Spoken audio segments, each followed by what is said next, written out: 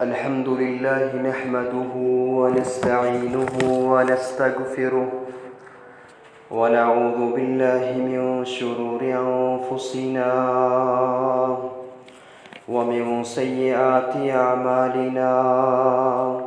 من يهده الله فلا مضل له ومن يضلله فلا هادي له أشهد أن لا إله إلا الله وحده لا شريك له وأشهد أن محمدًا عبده ورسوله أما بعد يا أيها الذين آمنوا اتقوا الله حق تقاته ولا تموتن إلا وأنتم مسلمون يا أيها الناس اتقوا ربكم الذي خلقكم من نفس واحدة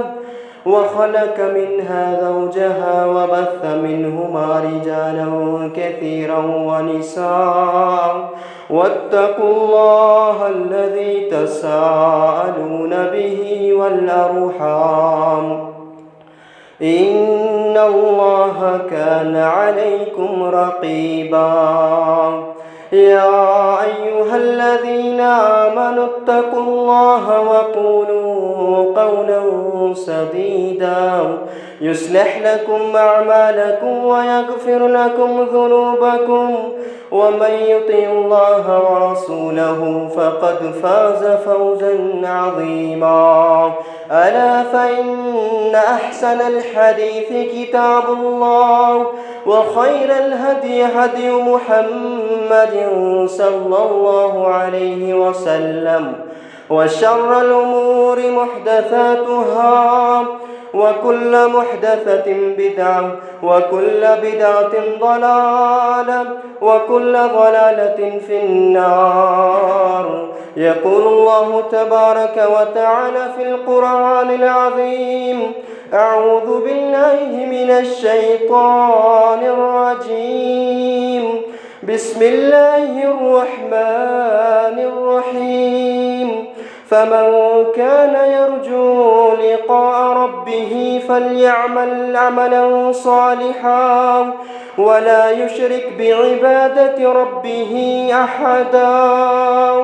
وقال النبي عليه الصلاة والسلام من أتى عرافا فسأله عن شيء لم تقبل له صلاة 40 يوما أو كما قال عليه الصلاة والسلام من أتى عرافا أو كاهنا فصدقه بما يقول فقد كفر بما أنزل على محمد صلى الله عليه وسلم رب اشرح لي صدري ويسر لي أمري واحلل عقدة من لساني يفقه قولي رب زدني علما سبحانك لا علم لنا إلا ما علمتنا إنك أنت العليم الحكيم اللهم صل على محمد وعلى آل محمد كما صليت على إبراهيم وعلى آل إبراهيم إنك حميد مجيد اللهم بارك على محمد وعلى آل محمد كما باركت على إبراهيم وعلى آل إبراهيم إنك حميد مجيد اللهم اجعل القرآن العظيم ربيع قلوبنا ونور أبصارنا وشفاء صدورنا وذهاب همومنا وغمومنا اللهم تسلط علينا من لا يرحمنا اللهم عاقبتنا في الأمور كلها واجرنا من خزي الدنيا وعذاب الآخرة رب ارحمهما كما ربياني صغيرا رب ارحمهما كما ربياني صغيرا ربنا آتنا في الدنيا حسنة وفي الآخرة حسنة وقنا عذاب النار ربنا تقبل منا إنك أنت السميع العليم وتب علينا إنك أنت التواب الرحيم برحمتك يا أرحم الراحمين آمین۔ تمام قسم کی حمد و ثنا اللہ رب العزت کے لیے جو رب العالمین دونوں جہانوں کا پالنہار ہے، جو رب العالمین وحدہ لا شریک ہے، اکیلے اس کائنات کا نظام چلاتا ہے، اور بے شمار درود و سلام کی بارش ہو حضرت محمد الرسول اللہ صلی اللہ علیہ وسلم کی ذات گرامی پر، جنہیں رحمت کائنات بنا کر، خاتم النبیین والمرسلین بنا کر مبعوث فرمایا گیا اس کائنات کے اندر، جن کی اتباع میں نجات ہے، جنت میں داخلے کا ذریعہ ہے۔ معزز سامعین کرام، میرے اور آپ کے پاس سب سے عظیم سرمایہ، سب سے قیمتی سرمایہ وہ نیک اعمال کا سرمایہ ہے، اور اس میں کوئی شک نہیں ہے کہ اولاد، مال و دولت، صحت و تندرستی اللہ رب العالمین کی عظیم نعمتیں ہیں، لیکن اللہ کی جو سب سے عظیم نعمت، اللہ کا جو ہم پر سب سے بڑا احسان ہے، وہ یہ ہے کہ اس رب العالمین نے ہمیں نیک اعمال کا خزانہ عطا فرمایا ہے، نیک اعمال کا سرمایہ عطا فرمایا ہے۔ کیونکہ آج ہم دیکھتے ہیں اس پرفتن دور کے اندر انسان مسلمان نیکیاں کرتا ہے، نیک اعمال کرتا ہے، لیکن ساتھ میں دھڑا دھڑ برباد کیے جا رہا ہے۔ اس آس پاس کے خراب ماحول کے اندر اعمال کی حفاظت کرنا نہایت مشکل ہو چکا ہے، کیونکہ اس معاشرے کے اندر بڑھتی ہوئی مذہبی منافرت، بے حیائی، فحاشی، عریانی اور بے رہ روی اور بے روزگاری نے ہمیں اپنے اندر اس قدر جکڑ لیا ہے کہ انسان جو ہی ایک عمل کرتا ہے، کوئی اچھا کام کرتا ہے، ساتھ میں ہی چند لمحوں کے اندر، ایک ہی منٹ کے اندر اس کو برباد کر ڈالتا ہے۔ الا من رحمہ ربی، کچھ اعلیٰ نصیب والے لوگ ہی ہیں جو اپنے اعمال کی حفاظت کر پاتے ہیں، ورنہ تو اکثریت دنیا کی مسلمانوں کی وہ جو ہی عمل کرتے ہیں ساتھ میں ہی اسے برباد کر ڈالتے ہیں۔ سامعین کرام، میں جو آپ کے سامنے گفتگو کروں گا وہ گفتگو اعمال بد کرنے والے لوگوں کے متعلق نہیں ہوگی، وہ گفتگو جو سرے سے اعمال ہی نہیں کرتے ہیں ان کے متعلق نہیں ہوگی، بلکہ میری گفتگو ان لوگوں کے متعلق ہوگی جو بڑی محنت کرتے ہیں، مشقت کرتے ہیں، عبادت کرتے ہیں، اعمال کو جمع کرتے ہیں، اعمال کے خزانوں کو اکٹھا کرتے ہیں، لیکن اس کے بعد جو سب سے بڑی غلطی کرتے ہیں وہ یہ کرتے ہیں، اعمال کرنے کے بعد، عبادت کرنے کے بعد، اس کے بعد وہ اپنی جو توجہ ہوتی ہے وہ اعمال کی قبولیت پر مرکوز نہیں کرتے ہیں، اعمال کر کے پھر اس کی قبولیت کی فکر نہیں کرتے ہیں۔ لہٰذا جب ایک انسان عمل کرتا ہے، عبادت کرتا ہے، اسے ساتھ میں یہ فکر بھی ہونی چاہیے کہ میری یہ عبادت قبول بھی ہو رہی ہے کہ نہیں ہو رہی ہے، اسے یہ احساس اور فکر ہونی چاہیے قبولیت کی۔ کہیں ایسا نہ ہو کہ آپ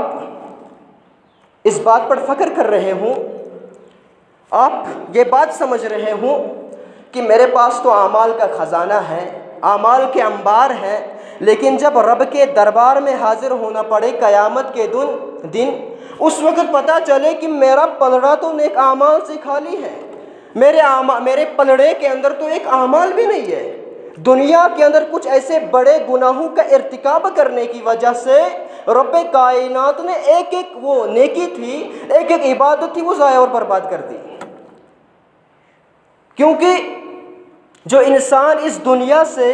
اس حال میں رخصت ہوتا ہے کہ وہ اپنے ساتھ نیک اعمال کا سرمایہ اپنے ساتھ لیتا ہے،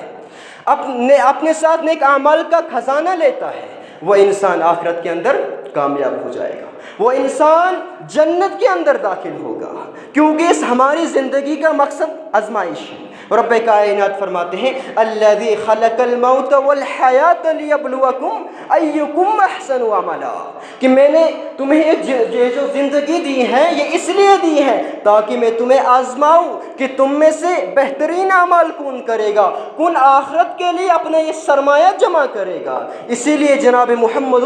رسول اللہ صلی اللہ علیہ وسلم نے اس دنیا کو آخرت کی کھیتی قرار دیا ہے کہ انسان اس دنیا کے اندر جو کچھ کمائے گا اس کا جو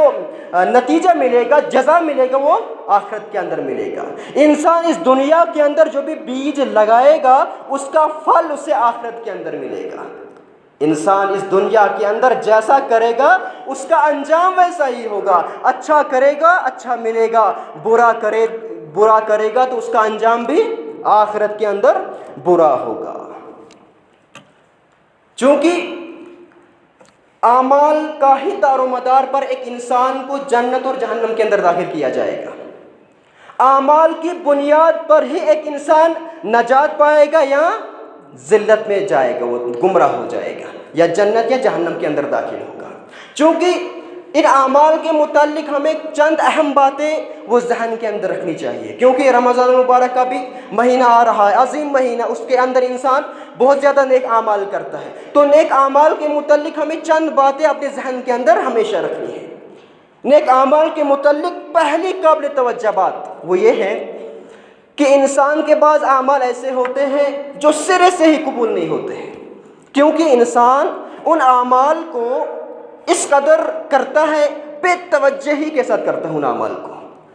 ان کے اندر کوئی اطمینان، کوئی چین و سکون کے ساتھ وہ نہیں کرتا ہے، جلد بازی کے اندر کرتا ہے، نمازیں پڑھتا ہے جلد بازی کے اندر، نہ رکوع سیدھا نہ سجدہ سیدھا، اور وہ اعمال ایسے ہوتے ہیں اس قدر جلدی کے ساتھ کیے گئے ہوتے ہیں کہ وہ رب کے دربار میں قبول ہونے کے لائق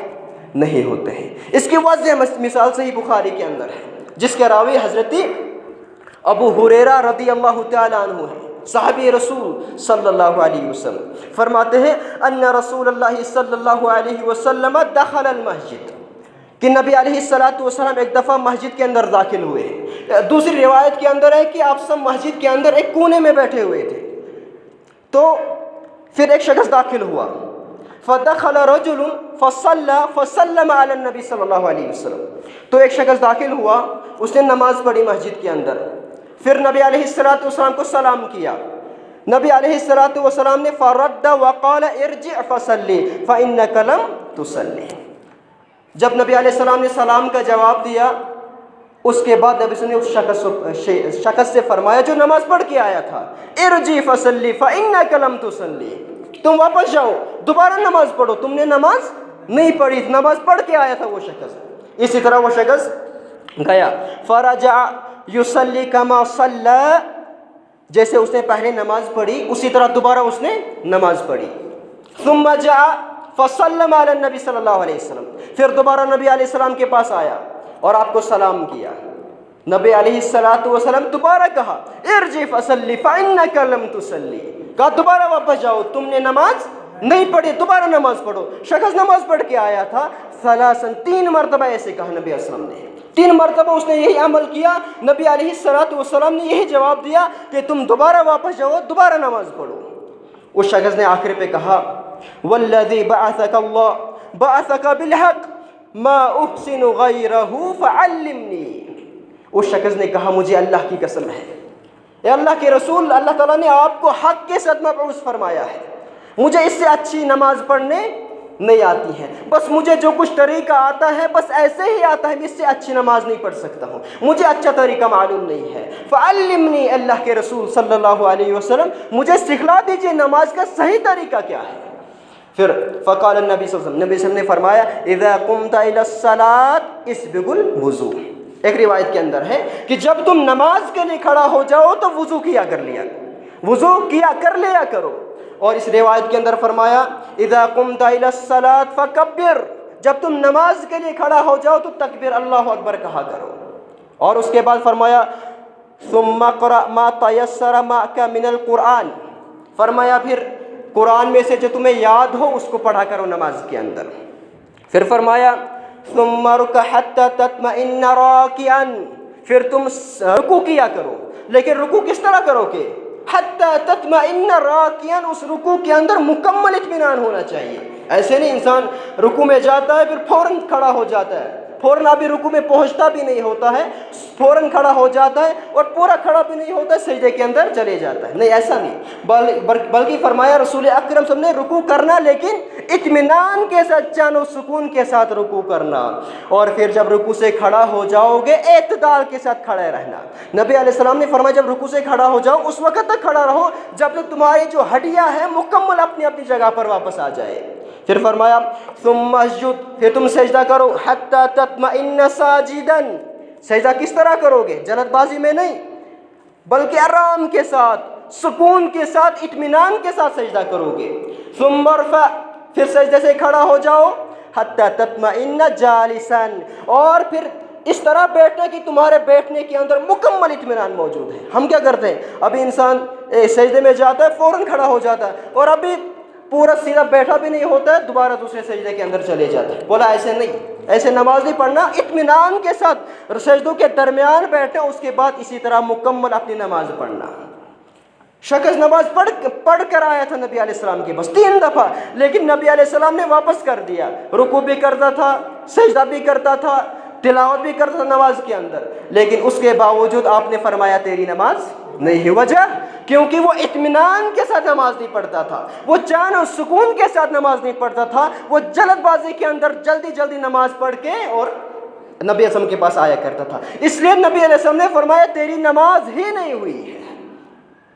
لہٰذا ہمیں فکر کرنی چاہیے کہ ہم جو یہ نمازیں پڑھ رہی ہیں کیا یہ آگے بھی چڑھ رہی ہیں، ہمارے نام اعمال میں بھی چڑھ رہی ہے کہ ہوا میں جا رہی ہے؟ ہمیں اس بات پر غور کرنا چاہیے کہ یہ ہماری اعمال، ہماری نمازیں جب ہم روز قیامت کے دن رب العالمین کے دربار میں حاضر ہو جائے وہاں ہمیں شرمندگی محسوس نہ ہونے پڑے، وہاں رب العالمین یہ نہ کہنا چاہیے کہ تمہاری نمازیں نہیں ہے،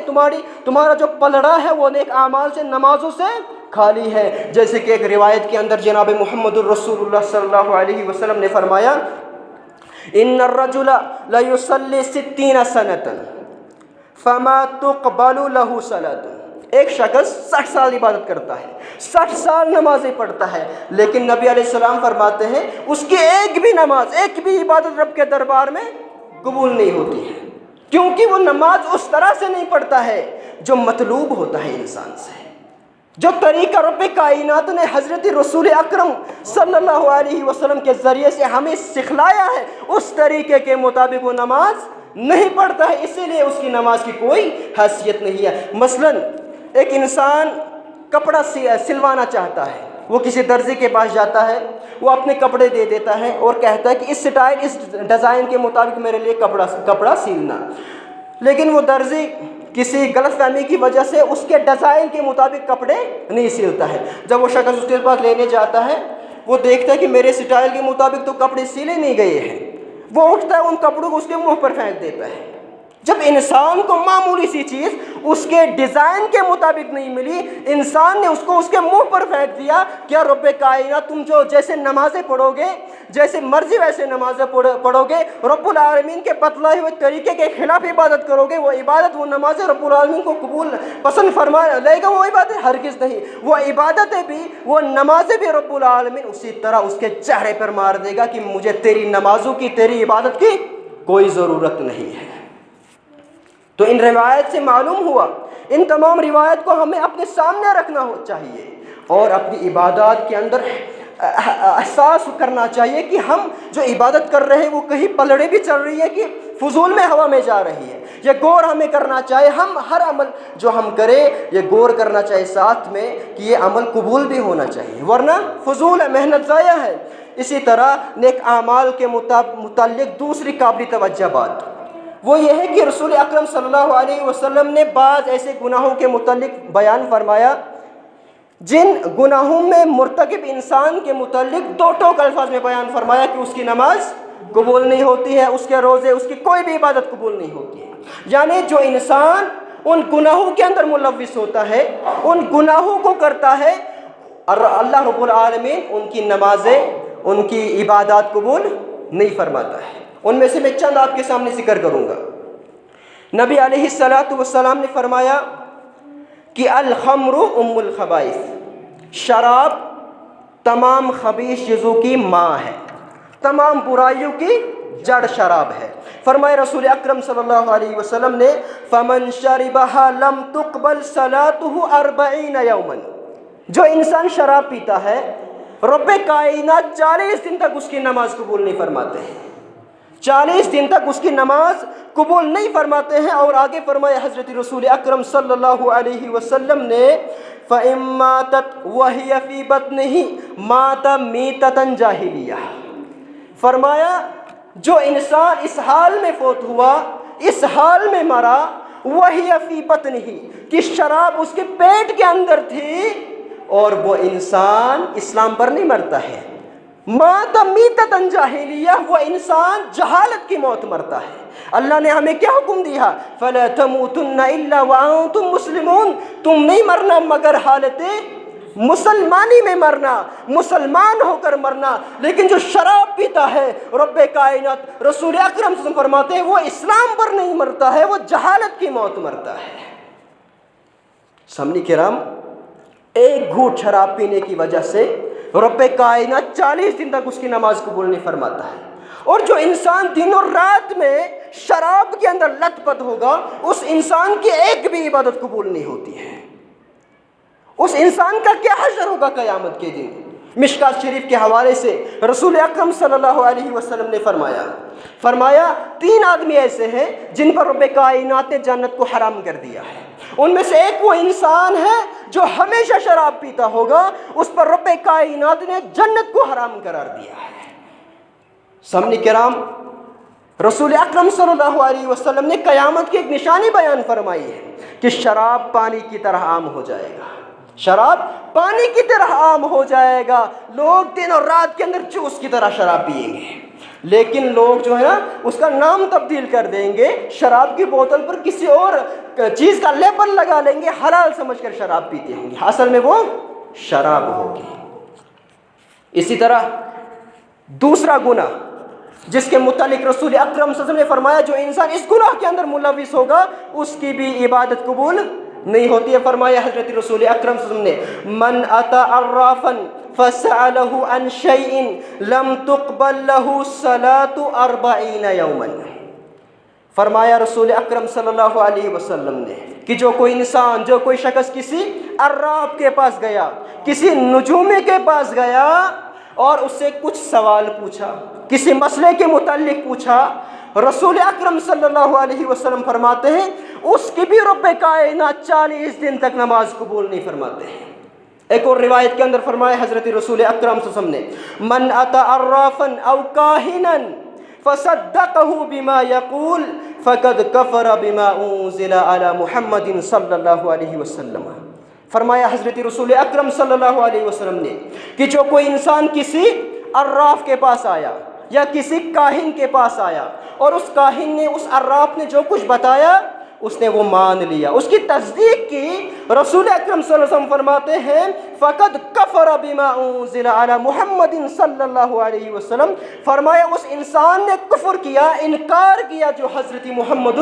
رسول اللہ صلی اللہ علیہ وسلم پر نازل کیا گیا ہے۔ اللہ اکبر۔ عراف سے کیا مراد ہے؟ عراف اس کو کہتے ہیں جو گزرے ہوئے بارے میں جاننے کا دعویٰ کرتا ہے، مثال چوری ہوئی، کیسے ہوئی، کہاں ہے وہ چیز آج، اس کے بارے میں دعویٰ کرتا ہے، اس کو عراف کہا جاتا ہے۔ اور کاہن وہ ہوتا ہے جو مستقبل کے بارے میں دعویٰ کرتا ہے، جو قسمت کا حال جاننے کا دعویٰ کرتا ہے۔ رسول اکرم صلی اللہ علیہ وسلم نے فرمایا جو انسان ایسے لوگوں کے پاس جاتا ہے پھر ان کو اپنا ہاتھ دکھاتا ہے، جہاں ہمارے معاشرے کے اندر عام ہے، کوئی کسی کو مکان بنانا ہوتا ہے وہ پہلے ایسے لوگوں کے پاس جاتا ہے مجھے فلانی جگہ مکان بنانا ہے، وہ جگہ صحیح ہے کہ نہیں ہے، کسی کو شادی کرنی ہوتی ہے یہ ڈیٹ صحیح ہے کہ نہیں، ان کے پاس جاتا ہے، کسی کو سفر کرنا ہوتا ہے ان کے پاس جاتا ہے ڈیٹ صحیح دیکھنے کے لیے یہ صحیح ہے کہ نہیں۔ رسول اکرم صلی اللہ علیہ وسلم نے فرمایا جو لوگ ایسے لوگوں کے پاس جاتے ہیں ان سے پوچھتے ہیں، سوال پوچھتے ہیں، ایک تو ان کی نماز قبول نہیں ہوتی 40 دن تک، اور نبی علیہ السلام نے فرمایا انہوں نے کفر کیا جو کچھ حضرت محمد رسول اللہ صلی اللہ علیہ وسلم پر نازل کیا گیا وہ دین اسلام کے منکر ہے، وہ قرآن کے منکر ہے، کیونکہ قرآن کے اندر رب کائنات نے فرمایا، جناب محمد الرسول اللہ صلی اللہ علیہ وسلم کے زبان مبارک سے اعلان کروایا کہ وَلَوْ كُنْتُ أَعْلَمُ الْغَيْبَ لَأَسْتَكْثَرْتُ مِنَ الْخَيْرِ وَمَا مَسَّنِيَ مِنَ السُّوءِ۔ فرمایا اے رسول اکرم صلی اللہ علیہ وسلم، لوگوں سے کہہ دیجئے جو یہ دعویٰ کرتا ہے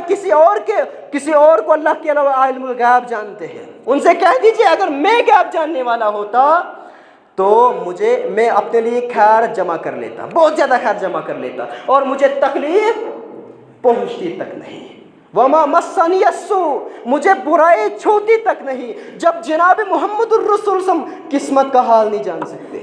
جب جناب محمد الرسول عالم الغیب نہیں ہو سکتے ہیں، تو آپ سے کم تر کیسے عالم الغیب ہو سکتا ہے؟ یہ کس قدر انسان غفلت کے اندر پڑا ہوا ہے، کس قدر غافل ہو چکا ہے ایک انسان۔ اسی طرح تیسرا گناہ وہ ہے نافرمان بیوی۔ جو بیوی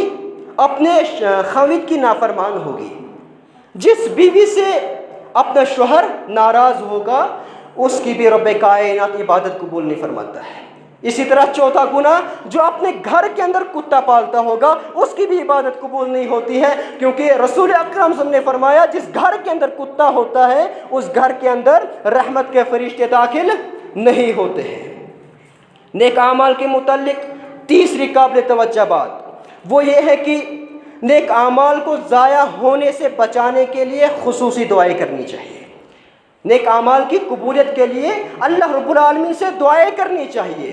کیونکہ ایک انسان جو اعمال کرتا ہے، آپ ابھی مسجد میں آئے ہیں، بہت سارے لوگ باہر ہوں گے، ناچ رہے ہوں گے، ان کو توفیق نہیں ہے، یہ آپ اللہ کی توفیق سے، اللہ کی رحمت سے مسجد کے اندر آئے ہیں۔ آپ جو نماز کے لیے آئے ہیں وہ رب کی رحمت سے آئے ہوئے ہیں، اسی لیے رب العالمین سے ہی دعا کرنی چاہیے کہ ہماری عبادات کو قبول فرما۔ جیسے کہ قرآن کریم کے اندر رب کائنات نے حضرت ابراہیم علیہ السلام اور حضرت اسماعیل علیہ السلام کا تذکرہ فرمایا ہے۔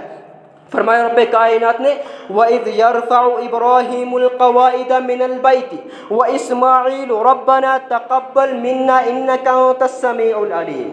کہ جب حضرت ابراہیم علیہ السلام اور حضرت اسماعیل علیہ السلام نے خانہ کعبہ کی دیواروں کو چڑھایا،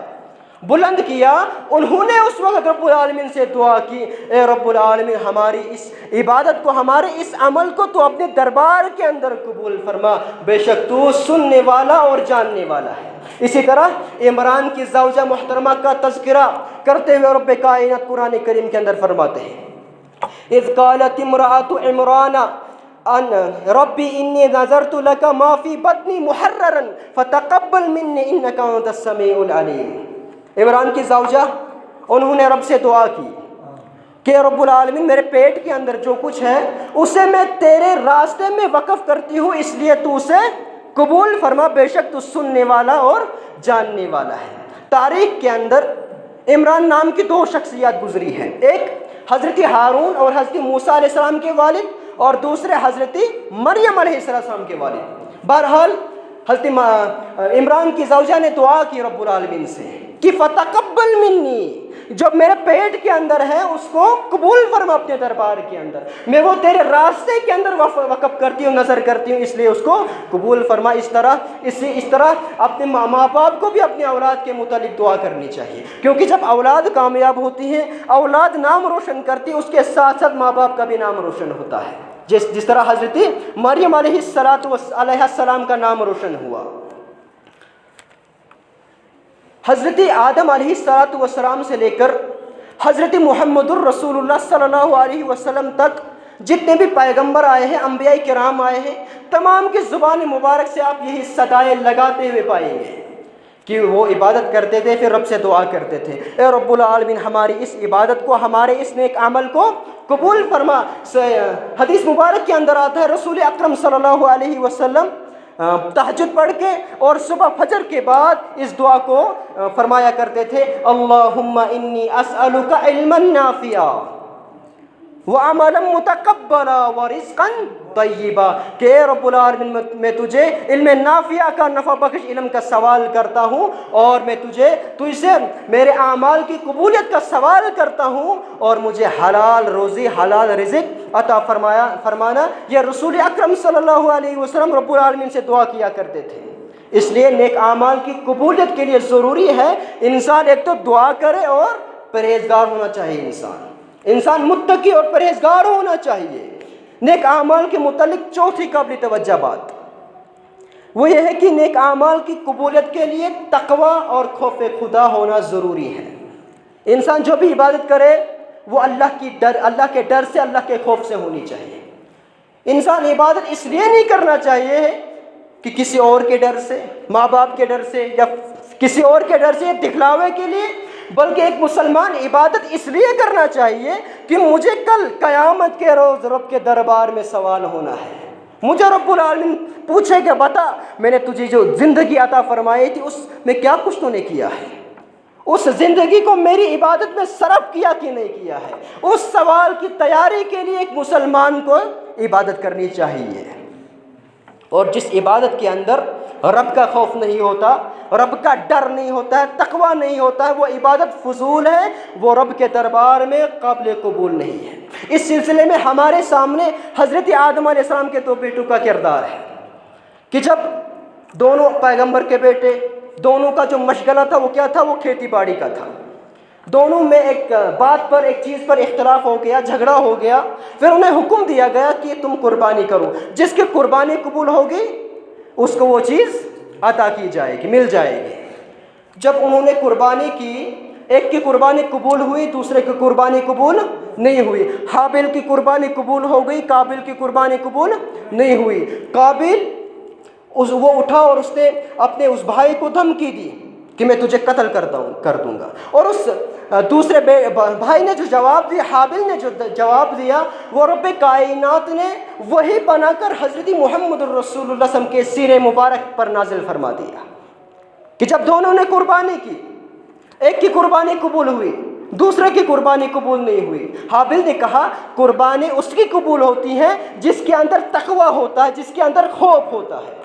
قابیل اٹھا، کہا میں تجھے قتل کر دوں گا۔ حابیل نے جواب دیا کہ تم اگر مجھے قتل بھی کرو گے میں تمہاری طرف اپنے ہاتھوں کو نہیں بڑھاؤں گا، کیونکہ میں رب العالمین سے ڈرنے والا ہوں اور ہمیشہ ڈرتا رہوں گا۔ تو معلوم ہوا عبادت کے اندر خوف ہونا چاہیے، عبادت کے اندر تقوی ہونا چاہیے، عبادت رب کے خوف سے ہونی چاہیے، رب کے تقوی سے ہونی چاہیے، ورنہ عبادت فضول ہے۔ نیک اعمال کی بربادی کے کچھ اسباب ہیں کہ ہم جو عبادت کرتے ہیں، جو نیک اعمال کرتے ہیں، وہ ضائع ہو جاتے ہیں، وہ برباد ہو جاتے ہیں اگر ان کے اندر کچھ اسباب پائے جائے۔ سب سے پہلا سبب وہ ہے شرک۔ ایک انسان اگر عبادت کرتا ہوگا، نمازیں پڑھتا ہوگا، روزہ، سب کچھ عبادت کرتا ہوگا، لیکن معمولی سا ذرہ برابر شرک اس کے دل کے اندر موجود ہوگا تو اس کی جو عبادت ہوگی وہ تمام ضائع اور برباد ہے۔ کوئی بھی نماز، کوئی بھی عبادت قبول نہیں ہوگی، کیونکہ جب رب کائنات نے انبیاء کرام، رسول کریم صلی اللہ علیہ وسلم کے ساتھ تمام انبیاء کرام کو یہ فرمایا لَإِنْ أَشْرَكْتَ لَيَحْبَطَنَّ عَمَلُكَ، کہ اگر آپ بھی شرک کرتے ہیں تو آپ کے بھی اعمال برباد ہو جائیں گے۔ وہ تو پیغمبر تھے، وہ تو شرک کر ہی نہیں سکتے ہیں۔ یہ شرک کس قدر سنگین جرم ہے یہ ہمیں بتلایا گیا ہے۔ تو جو انسان شرک کرے گا اس کی پوری زندگی کی عبادت تباہ اور برباد ختم ہو جائے گی، کیونکہ رب کائنات فرماتے ہیں ان اللہ لا یغفر ان یشرک بہ ویغفر ما دون ذلک لمن یشاء ومن یشرک باللہ فقد حرم اللہ علیہ الجنہ ومأواہ النار۔ فرمایا اللہ رب العالمین شرک کرنے والے کو کبھی معاف نہیں فرماتا ہے، اس کے علاوہ جس کو چاہے گا معاف فرما لے گا۔ وَمَن يُشْرِكْ بِاللَّهِ، اور جو رب العالمین کے ساتھ شرک کرتا ہے، رب کائنات فرماتے ہیں اللہ رب العالمین اس پر جنت کو حرام قرار دیتے ہیں اور اس کا ٹھکانہ جہنم ہوتا ہے۔ تو یہ پہلا سبب ہے اعمال برباد ہونے کا۔ دوسرا سبب وہ شرک اصغر ہے، جس کو ہم ریاکاری کہتے ہیں، جس کو ہم ریاکاری کہتے ہیں۔ اعمال کو برباد کرنے والا دوسرا سبب وہ ریاکاری ہے۔ نیک اعمال اللہ کی رضا کے لیے ہونے چاہیے،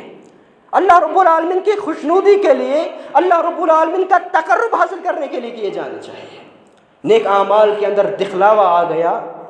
وہ نیک اعمال برباد اور ضائع ہے، ان کی کوئی حیثیت نہیں ہے۔ رب کائنات نے سورہ معون کے اندر جہنمیوں کا تذکرہ فرمایا ہے، اور ان کے ساتھ میں ان لوگوں کا بھی تذکرہ فرمایا ہے جو اعمال کو، عبادات کو، نمازوں کو دکھلاوے کے لیے پڑھتے ہیں، اعمال کو دکھلاوے کے لیے کرتے ہیں۔ اور جناب محمد الرسول اللہ صلی اللہ علیہ وسلم نے اس بات کا خدشہ ظاہر فرمایا کہ میری امت کی اکثریت وہ شرک اصغر کے اندر مبتلا ہوگی، دکھلاوے کے اندر مبتلا ہوگی۔ نبی علیہ الصلوۃ والسلام نے فرمایا ان اخوف ما اخاف علیکم الشرک الاصغر، قالوا وما الشرك الأصغر يا رسول الله صلى الله عليه وسلم؟ قال الرياء، يقول الله عز وجل يوم القيامة إذا جزي الناس بأعمالهم اذهبوا إلى الذين كنتم تراءون في الدنيا فانظروا هل تجدون عند جزاء۔ رسول اکرم صلی اللہ علیہ وسلم فرماتے ہیں کہ مجھے تم پر جس گناہ کا سب سے زیادہ خوف ہے، ڈر ہے، وہ شرک اصغر ہے۔ صحابہ نے عرض کیا اللہ کے رسول صلی اللہ علیہ وسلم وہ شرک اصغر کیا ہوتا ہے؟ فرمایا الریا، وہ شرک اصغر ریا ہے، ریاکاری ہے، عبادت کرنا، نماز پڑھنا، روزہ رکھنا، جو بھی کوئی عبادت کرنا وہ دکھلاوے کے لیے کرنا، یہ ریا ہے، شرک اصغر ہے۔ اور نبی علیہ الصلوۃ والسلام نے فرمایا روز قیامت کے دن رب العالمین فرمائیں گے جب لوگوں کا حساب و کتاب کا دن ہوگا، لوگوں کے اعمال کا بدلہ دیا جائے گا، کچھ لوگوں سے رب کائنات فرمائے گا جاؤ ان لوگوں کی طرف جن لوگوں کو دکھلانے کے لیے تم نے دنیا کے اندر نمازیں پڑھی تھی، روزے رکھے تھے، یہ عبادتیں کی تھی، جاؤ ان کے پاس اجر لے جاؤ، میرے پاس کوئی اجر وجر نہیں ہے تمہارے لیے۔ اللہ اکبر۔ اللہ رب العالمین ان سے اجر و ثواب سے محروم کر دیں گے۔ اور صحیح اور مشہور حدیث کے مطابق کہ سب سے پہلے جہنم کو جو بھڑکایا جائے گا وہ ڈاکو سے، چوروں سے نہیں بھڑکایا جائے گا، وہ سب سے پہلے نیک لوگوں سے بھڑکایا جائے گا۔ حضرت شفیع اصبحی رحمۃ اللہ علیہ فرماتے ہیں کہ حضرت ابو ہریرہ رضی اللہ تعالیٰ عنہ بیان فرماتے ہیں کہ رسول اکرم صلی اللہ علیہ وسلم نے ارشاد فرمایا قیامت کے دن تمام لوگ اللہ کے سامنے گھٹنوں کے بل ہوں گے، اللہ رب العالمین آسمان سے نزول فرمائیں گے حساب و کتاب کے لیے۔ سب سے پہلے جن 3 آدمیوں کا حساب لیا جائے گا وہ 3 آدمی کون ہوں گے؟ ایک تو عالم ہوگا، قرآن جاننے والا، قاری ہوگا، اور دوسرا مالدار ہوگا، اور تیسرا شہید ہوگا۔ رسول اکرم صلی اللہ علیہ وسلم فرماتے ہیں قاری سے پوچھا جائے، قرآن جاننے والے سے، عالم سے پوچھا جائے گا، اللہ تعالیٰ فرمائیں گے میں نے تجھے علم عطا کیا تھا، قرآن کا علم عطا فرمایا تھا، بتا تو نے اس علم کے مطابق کیا عمل کیا ہے؟ وہ قاری جواب دے گا اے اللہ میں دن اور رات اس قرآن کی تلاوت کیا کرتا تھا، لوگوں کو سنایا کرتا تھا، لوگوں کو نصیحتیں کرتا تھا۔ اللہ تعالیٰ فرمائیں گے نہیں تو جھوٹ بولتا ہے۔ فرشتے بھی کہیں گے تو جھوٹ بولتا ہے، تو نے قرآن پڑھا یہ تو صحیح ہے لیکن قرآن کیوں پڑھتا تھا تو قرآن اس لیے پڑھتا تھا تاکہ لوگ تیری تعریف کریں کہ کتنا خوبصورت قرآن پڑھتا ہے، کتنی اچھی تقریر کرتا ہے، کتنا اچھا واعظ کرتا ہے، تو نے اس لیے قرآن کو پڑھا تھا، اس لیے واعظ کیا تھا، تو نے اس لیے قرآن کو نہیں پڑھا تھا کہ تیرے ذریعے سے دوسروں کی ہدایت ہو جائے، تیرے لیے آخرت کا کچھ سرمایہ بن جائے، تو نے اس لیے قرآن نہیں پڑھا تھا، اس لیے واعظ و نصیحت نہیں کی تھی، تو نے دکھلاوے کے لیے واعظ و نصیحت کی تھی، اس انسان کو جہنم کے اندر پھینک دیا جائے گا۔ دوسرے شخص سے پوچھا جائے گا جو مالدار ہوگا، جس نے رب کائنات نے مال کے اندر وسعت عطا کی ہوگی، اس سے پوچھے گا رب العالمین میں نے جو تجھے مال دیا تھا بتا تو نے اس کے مطابق کیا عمل کیا ہے؟ میں نے جو مال کے اندر وسعت تجھے محتاج نہیں بنایا تھا کسی کا، بتا تو نے کیا عمل کیا؟ وہ کہے گا اے رب العالمین میں نے تو غریبوں، مسکینوں، رشتہ داروں، پڑوسیوں میں اس کو خرچ کر دیا، دن اور رات میں خرچ کرتا تھا۔ اللہ تعالیٰ فرمائیں گے نہیں تو جھوٹ بولتا ہے، تو نے مال اس لیے خرچ کیا تھا تاکہ لوگوں کے نظروں میں تو بڑا بن جائے، تو امیر بن جائے کہ میں بھی مالدار ہوں، میں بھی امیر ہوں، تو نے اس لیے مال کو خرچ کیا، اس لیے اس انسان کو بھی جہنم رسید کر دیا جائے گا۔ اسی طرح پھر تیسرے شخص شہید سے پوچھا جائے گا، اللہ تعالیٰ فرمائیں گے کہ تو نے یہ گردن کٹوا کے کیوں آیا ہے؟ وہ کہے گا اللہ تو نے تو حکم دیا تھا میرے راستے میں جہاد کرنا، میرے راستے میں نکلنا۔ اللہ تعالیٰ فرمائیں گے تو جھوٹ بولتا ہے، تو گردن کٹوا کے آیا ہے لیکن تو نے گردن اس لیے کٹوائی ہے تاکہ تجھے لوگ بہادر سمجھے، یہ پہلوان ہے، یہ طاقتور ہے، اس لیے تو اللہ کے راستے میں نکلا تھا جہاد کرنے کے لیے۔ جہاد کا جو مقصد ہوتا ہے اس مقصد کے لیے تو نہیں نکلا تھا، اس لیے ان تینوں کو جہنم کے اندر پھینک دیا جائے گا۔ رب کائنات فرماتے ہیں فَمَن كَانَ يَرْجُو لِقَاءَ رَبِّهِ فَلْيَعْمَلْ عَمَلًا صَالِحًا وَلَا يُشْرِكْ بِعِبَادَةِ رَبِّهِ أَحَدًا۔ فرمایا جو رب العالمین سے ملاقات کی امید رکھتا ہے اس کو چاہیے کہ وہ نیک اعمال کرے، اعمال صالحہ کرے، وَلَا يُشْرِكْ بِعِبَادَةِ رَبِّهِ أَحَدًا، اسے چاہیے کہ وہ رب العالمین کی عبادت میں دوسروں کو شریک نہ کرے۔ تمام مفسرین نے اس آیت کی تفسیر یہی بیان فرمائی ہے کہ اعمال کو ریاکاری سے بچا کر کیا جائے۔ امام عبد الرحمن تفسیر سعدی کے اندر بیان فرماتے ہیں کہ جس انسان کو یہ امید ہے کہ وہ اللہ سے ملاقات کرے گا، اسے چاہیے کہ وہ نیک اعمال کرے، لیکن نیک اعمال کے اندر ریاکاری نہیں ہونی چاہیے۔ نیک اعمال کو اللہ کی رضا کے لیے، اللہ کی خوشنودی کے لیے، اللہ کی رضامندی کے لیے کیا جانا چاہیے۔ اسی طرح تیسرا سبب نیک اعمال کو برباد کرنے والا وہ کیا ہے؟ فرمایا نیک اعمال کو بربادی میں زبان کی آواری کا بہت زیادہ دخل ہے، کیونکہ ایک دفعہ جناب محمد الرسول صلی اللہ علیہ وسلم کی زوجہ محترمہ نے ایک دوسری بیوی سے کہا، صرف یہ کہا کہ وہ تو قد میں چھوٹی ہیں۔ نبی علیہ السلام نے فرمایا کہ اے اللہ کی بندی، تو نے جو اپنی زبان سے یہ بول بولا ہے، تو نے جو یہ بات کہی اپنی زبان سے، اگر اس بات کو، اس بول کو میٹھے سمندر کے اندر ڈال دیا جائے، وہ میٹھا سمندر بھی کڑوا ہو جائے گا۔ اس لیے ایک انسان کے اعمال کی بربادی کے لیے کیا ایک عمل کافی ہے کہ وہ اپنی زبان سے کسی کے وجود پر طنز کرے،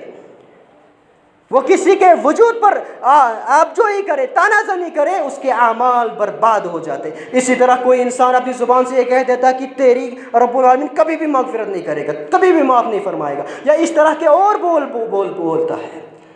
صحیح حدیث کے اندر ہے کہ ایک شخص جو نیک تھا، بہت نیک تھا، اس نے گناہگار شخص سے کہا کہ تجھے اللہ تعالیٰ کبھی معاف نہیں فرمائے گا۔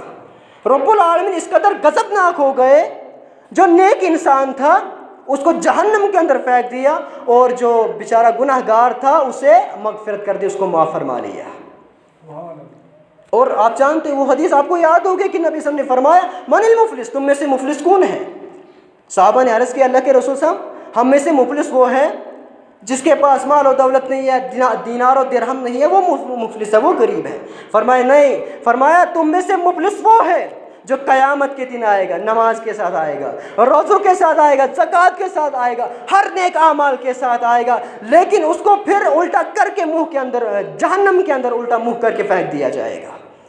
صحابہ نے عرض کیا اے اللہ کے رسول صاحب وہ شخص کون ہوگا؟ فرمایا